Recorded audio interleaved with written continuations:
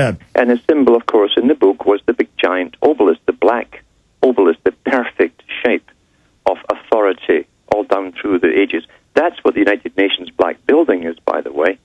That's what that is. That's the big obelisk.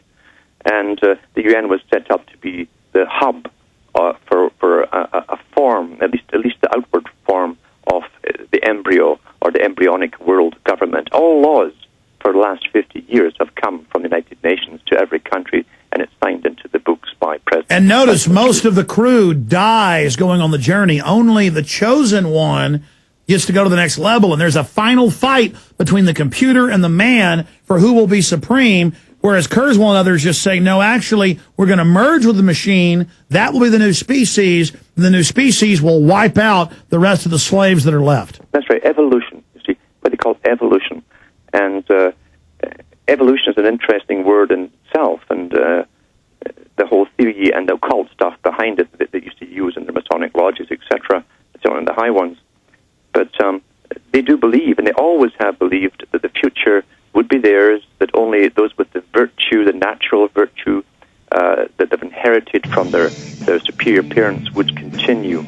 And all the inferiors must be wiped off because there is no purpose for them in a Darwinistic evolutionary society. They'll bring the superiors down, they claim. They must eliminate them altogether.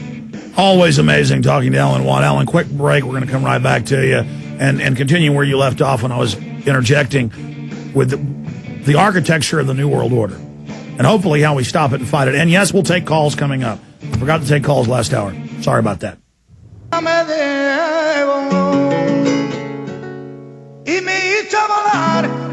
What we're talking about is the ultimate control freak expression. Royalty, whether it was Japan or the Aztecs, Europe, they always thought they were God, that they were superior, and that they were separate from the commoners. Well, now we have the BBC headlines that they believe they're a separate race, and all these countless other elites saying they are transhuman. The eugenicist, run by Aldous Huxley's brother, Julian Huxley, at the UN, he said in the 50s we got to change the name from eugenicist to transhumanist. I'm not saying all transhumanists are, but your founder was the head eugenicist. So they believe that they're taking control of human evolution, human development, and right now they just want to lock everything down, cull most of us, so they can then have their great work. Alan, let's talk about now, you talk about the banking takeover, the families. We were now into the 19th century, 20th century. Let's get into what they've set up, the psychological dictatorship, where they're going, and then if they're able to cull us, the timeline you see. I'm interested in your view on that. And then if they were able to succeed, what they're going to build.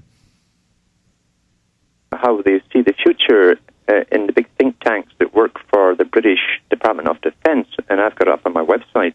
There's 90 pages of predictions of what's to happen over the next 50-odd years. And they claim that around 2010-12, there'll be the beginnings of massive riots. Food shortages will be arranged. It's already underway, in fact, because the big activists... They said this 2 years ago, for those that just tuned in. I mean, this is official British government. Go ahead. And there's also the think tank that's all NATO countries, including the U.S. It's to happen worldwide, but it's to kick off really in third world countries and then escalate into the Western Hemisphere very quickly, rapidly. And right now, they've already been setting up the entire military structure to deal with the next 50 years. We've seen the build-up and the alteration from police forces into a really internal armies, part of the multi-jurisdictional task force. They're all integrated with police, military, special forces. That's already done. It has been done since the 90s, early 90s, in preparation for what's to come up. And they claim that around the year 2050, there'll be a vastly reduced population, a sudden drop. But on the way up to then, there'll be escalating riots. There'll be whole city regions. In fact, they call them regions locked down under war scenarios. We've seen this, by the way, in all the predictive programming from every science fiction movie for the last 15 years. And they're churning out more every year on the same kind of scenarios. They're also saying that the population are being sterilized. Well, we know that because the official medical World Health Organization tells us this every year, that we're almost all sterile and we're dropping rapidly. That's also intentional. It's been done through inoculations and through the food system. biowarfare industry are the same boys that Monsanto belongs to, and they're making sure that we will come down much faster through sterilization. This is exactly what H.G. Wells said in his book, The Modern Utopia. He laid out the next 200 years, and he said that we won't simply just kill off the unfit. He says we'll simply sterilize them so that they'll breed themselves out of existence and die off. This is all compartmentalized. The local doctor giving you shots doesn't know this, but the IMF, the World Bank, all the big funds, 2 weeks ago, Bill and Melinda Gates Foundation, secret meeting of the rich with Warren Buffett and Ted Turner, and it said the main agenda was reduce our population by 80%. This is now being thrown in our face. Yes, and then you see Bill Gates again. See, there are no real self-made men up there at the very top. They're brought up there. We live under cartels.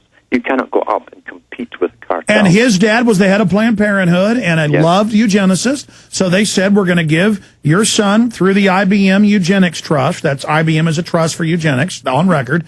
We are going to give your son, the headship of this because, we can't have the public knowing the government really runs all these. And that's really on record for anybody that wants to look. And so the entire thing then, he takes the entire fortune of Microsoft and funds it into eugenics publicly.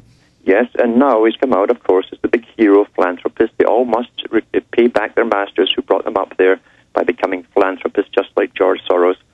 And what are they into? They're into Planned Parenthood across the planet and abortions, sterilizations, vasectomies, etc. That's really where their money goes.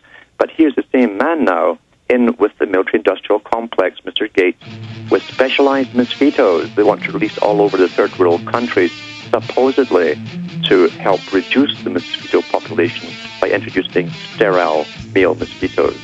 These things are going to carry bacterium and viruses very, very rapidly. No, that's what he said. They're going to put vaccines in them, and because the Africans won't take the shots, they're going to engineer it into potatoes and carrots. Yes. That's on record. Stay there. Incredible information. Alan Watts, our guest.